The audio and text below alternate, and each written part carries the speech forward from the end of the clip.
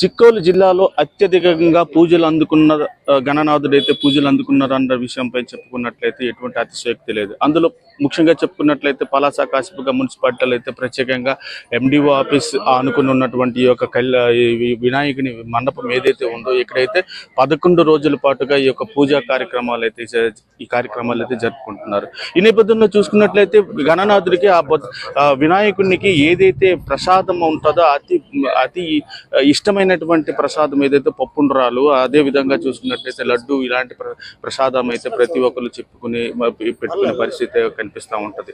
ఆ నేపథ్యంలో చూసుకున్నట్లయితే ప్రత్యేకంగా ఈ రోజైతే ఇక్కడ చూసుకున్నట్లయితే ఏకంగా 350 వరకు విభిన్న ప్రకారమైనటువంటి ప్రసాదాలతో ఈ రోజు పూజలు అందుకున్నటువంటి గణనాథుడు ఎవరైతే ఉన్నారో ఆ గణనాథుడికి పూజలు అభిషేకాలు అయితే ఇప్పుడే ప్రస్తుతం జరిగింది. ఏ విధమైనటువంటి అభిషేకాలు జరిగిందో, ఇన్నిటి ప్రసాదాలు పెట్టే గల ముఖ్య కారణాలు ఏంటన్న దానిపై మనం అర్చకులు అయితే ఉన్నారో వాళ్ళకి అడిగి తెలుసుకునే ప్రయత్నం చేద్దాం. చెప్పండి సార్, ఈ యొక్క ప్రత్యేకమైనటువంటి మండపంకి ఒక నైవేద్యం అంటే 1, 2, 3 మనమే చూసుకోగలుగుతాం, కానీ దానికి భిన్నంగా 350 ఏకంగా 350 రకాల నైవేద్యాలు అయితే ఈరోజు గణనాథుడు అందుకున్నారంటున్నారంటే ఒక ప్రత్యేకత అని చెప్పుకోవచ్చు.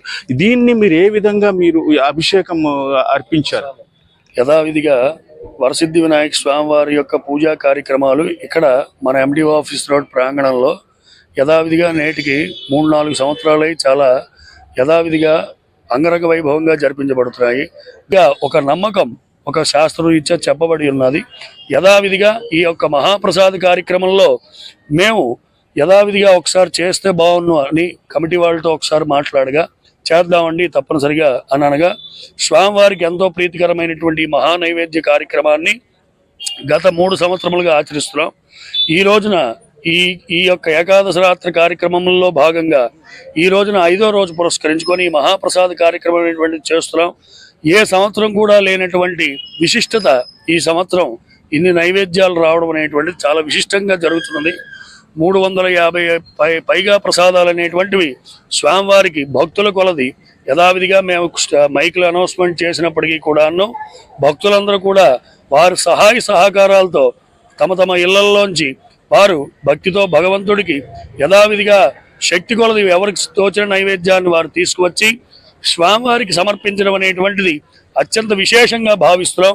కాబట్టి జనులందరూ భక్తులందరూ కూడా స్వామివారికి ఆ నైవేద్యాన్ని సమర్పించి తద్వారా ఆయన ఆశీస్సులతో మనము మన గృహం యందు జనులందరూ కూడా ప్రజలందరూ కూడాను కుటుంబ సభ్యులతో ఆయురారోగ్యైశ్వర్య సిరి సంపదలతో సుఖంగా కాలాన్ని గడుపుతారని యథావిధిగా వరసిద్ధి వినాయక స్వామి వారికి ఆశీర్వచనం పొందుతారని మరీ తెలియజేస్తున్నాం.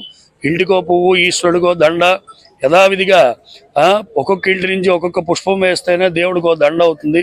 అదేవిధిగా ఆ యొక్క ఆలోచనతోటే మేము యొక్క మహాప్రసాద కార్యక్రమాన్ని ప్రారంభం చేశాం. అది దిగ్విజయంగా నేటికి జరుగుతున్నది. ఇదంతా కూడా స్వామివారి యొక్క ఆశీర్వచనంగా చెప్తున్నాను. అంటే చూసుకున్నట్లయితే ఇంటికో పువ్వు దేవుడికో దండ అన్న రీతిలో ఇక్కడైతే పూజా కార్యక్రమం నిర్వహించారో అదే విధంగా అదే సూక్తులు చూసుకున్నట్లయితే ఏకంగా 350 రకాల ఎండటువంటి వంటకాలతో కూడినటువంటి మహాప్రసాదం అయితే ఈరోజు ఇక్కడ ఈ కార్యక్రమం అయితే జరిగింది. అదేవిధంగా చూసుకున్నట్లయితే 11 రోజుల పాటుగా ప్రతిరోజు ఒక్కొక్క కార్యక్రమం, ఒక్కొక్క రోజు పూజ కుంకుమ పూజ, ఒక్కొక్క రోజు భజన, అలాంటి విధంగా ఈ 11 రోజుల పాటుగా కొనసాగుతున్నటువంటి ఈ యొక్క పూజా కార్యక్రమం అయితే భక్తిగా సాగుతుందంటే ఎటువంటి అతిశయోక్తి లేదు. అదేవిధంగా ఇక్కడ చూసుకున్నట్లయితే మనతో పాటు భక్తురాలు ఉన్నారు. ఇక్కడ ఇన్ని రకాల ప్రసాదాలు ఇక్కడ ప్రసాదం బాగా నైవేద్యం చేసినందువల్ల ఎటువంటి ముక్తి కలుగుతుంది అన్న దానిపై అడిగి తెలుసుకునే ప్రయత్నం చేద్దాం. చెప్పండి మేడం, ఈ రోజు ఈ యొక్క కార్యక్రమం అయితే మహాప్రసాద కార్యక్రమం అయితే జరిగింది కూడా. ఈ విధంగా చూసినట్లయితే ప్రతిరోజు 11 రోజుల పాటుగా చూసినట్లు రోజుకో కార్యక్రమాలు అయితే ఇక్కడ చేస్తున్నారు. ఈ మండపానికి ఇంత ప్రత్యేకత నెలకొంది, ఇక్కడ భక్తులు ఇంత తాకిడికి వచ్చిందంటే ఎందువల్ల అసలు? శ్రీ మహాగణాధిపతి నమః. ముఖ్యంగా ఏంటంటే ఇది మొదటిసారిగా గణేష్ ఉత్సవాలని బాలగంగాధర్ తిలక్ గారు మొదటిగా హిందూ ఐక్యత కోసం ప్రవేశపెట్టారు. దానిలో భాగంగా అప్పటి నుంచి కూడా ఉత్సవాలు జరుగుతున్నాయి. ఇది ఒక వేడుక చెప్పాలంటే. పలాస కాశీబుగ్గ జంట పట్టణాల్లో ఇక్కడ ఉండేటటువంటి విగ్రహానికి ఒక ప్రత్యేకత ఉంటుంది. ఇక్కడ విగ్రహం అని అనడం కంటే ఒక జీవం ఉట్టిపడేటటువంటి ఒక మూర్తిగా మనం భావిస్తాం. ఈ 9 రోజులు కార్యక్రమాలన్నీ కూడా ఎలా ఉంటాయంటే సాంస్కృతిక కార్యక్రమాలు కానివ్వండి, కుంకుమ పూజలు కానివ్వండి, హోమాలు కానివ్వండి, చాలా చక్కగా ఇక్కడ ఉన్నటువంటి ప్రజలందరూ కూడా, ఈ ఏరియా ప్రజలందరూ కూడా చాలా చక్కగా ప్రతి ఒక్కరూ కూడా ఎంతో ఆధ్యాత్మికత భక్తిభావంతో అందరూ పాల్గొని ఈ గణేష ఉత్సవాన్ని చక్కగా జరుపుకుంటారు. ముఖ్యంగా గణేష ఉత్సవం యొక్క ముఖ్య ఉద్దేశం ఏంటి అంటే ఇక్కడ ఉపయోగించే పత్రి కానివ్వండి, పూలు కానివ్వండి, ప్రసాదాలు కానివ్వండి, ఏదైనా సరే ప్రతి దానిలో కూడా ఒక శాస్త్రీయ దృక్పథం అనేది దాగి ఉంది. పత్రి అనేసరికి ఈ సీజన్లో రైనీ సీజన్ కాబట్టి వర్షాకాలంలో నదుల యొక్క శుభ్రత కోసం మనం ఉపయోగించేటువంటి ఏకవింశతి పత్ర పూజ చేస్తూ ఉంటాం. దానివల్ల నదులన్నీ కూడా శుద్ధి చేయబడతాయి. అలాగే ప్రసాదాలకు వచ్చేసరికి ప్రసాదాలన్నీ కూడా పౌష్టికాహారంతో కూడినటువంటి ప్రసాదం. అలాగే ప్రజలందరూ కూడా చాలా చక్కగా ఎంతో శుద్ధిగా ఒక పవిత్రత భావంతో చాలా ఈ ప్రసాదాలన్నీ తీసుకొచ్చారు. ఇక్కడ ఒక ఆనవాయితీ ఉంది. ఏం చేస్తారంటే ఇక్కడ ఉన్న ప్రజలందరూ కూడా సుమారుగా 500 వరకు ప్రసాదాలు తీసుకొస్తూ ఉంటారు. అలాగే ఇంకోటి ఏంటంటే ఇది ఈ వ్రతం అనేది ముందు తరాల వారికి, తర్వాత తరాల వారికి, ప్రజెంట్ జనరేషన్కి ఇదొక మార్గనిర్దేశంగా ఉంది. ఇది ఎప్పుడు ఇలాగే జరగాలి. ముఖ్యంగా ఇంత చక్కగా జరుపుతున్నటువంటి మన కమిటీ మెంబర్స్ అందరికీ కూడా మేము ధన్యవాదాలు తెలియజేసుకుంటున్నాం. మేము కూడా ఈ కార్యక్రమంలో ఒక ముఖ్య వ్యక్తులుగా ఉన్నందుకు మేము కూడా చాలా హ్యాపీగా ఫీల్ అవుతున్నామండి. చాలా థ్యాంక్ యూ.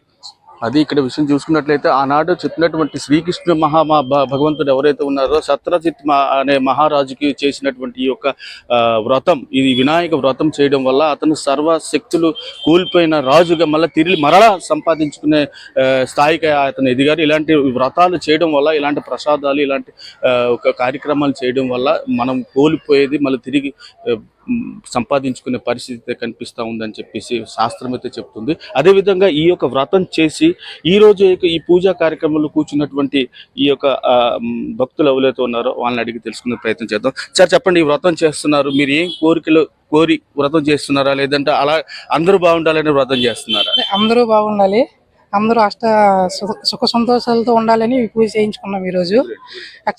యాక్చువల్గా మనకి ఇండియాలో 1893లో స్టార్ట్ అయింది మనకి ఈ ఉత్సవం, గణేష్ ఉత్సవం. బాల గంగాధర్ తిలక్ గారు అప్పుడు యాక్చువల్గా అంటే గణేశునికి ఎవరింట్లో వాళ్ళు పూజ చేసుకున్నారు. 1893లో మన ఇండియాలో స్టార్ట్ అయింది. ప్రధాన కారణం ఏంటంటే మనకు బ్రిటిష్ వాళ్ళు కర్ఫ్యూ విధించేవారు. రోడ్డు మీద ఒక 10 మంది వచ్చినా అరెస్ట్ చేసేవారు.